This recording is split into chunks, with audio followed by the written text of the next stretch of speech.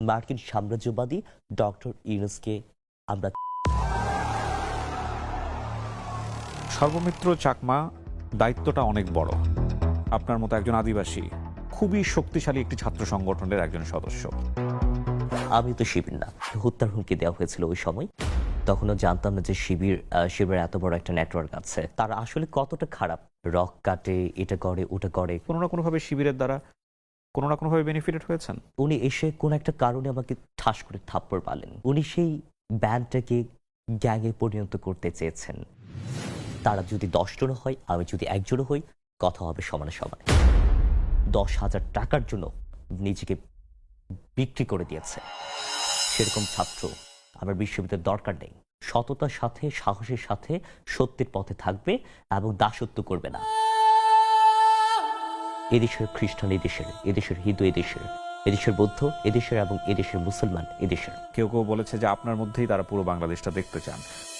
ডাকসু যে আপনার রাষ্ট্র চায় না, একটা সরকার চায় না, এই বুদ্ধিবৃত্তিক মানুষগুলোকে দমিয়ে রাখতে চাই। চোরে নবীন ওরে আমার কাঁচা, আধ মরাদের ঘা মেরে তুই বাঁচা। এই ঘা মারার সংস্কৃতিটা পুরো বিশ্বে তৈরি করেছে জেনজি। এটা কতদূর পর্যন্ত গিয়ে থামবে সেটাই একটা বড় প্রশ্ন। আপনারা নিঃসন্দেহে জানেন যে ডাকসু ইলেকশনে আমি বলবো যে মোটা দাগে শিবির প্যানেল জয়ী। মোটা দাগ মানে কি? আসলে শিবির প্যানেল, আমি যদি ভুল না বলে থাকি, পুরো প্যানেলের মধ্যে 2 থেকে 3 জন বোধহয় উইন করেননি, আর বাকি সবাই হচ্ছে শিবির প্যানেলের। তো আমাদের চোখটা যেখানটায় সবচেয়ে বেশি আটকে গেছে সেটা হচ্ছে সর্বমিত্র চাকমার ক্ষেত্রে।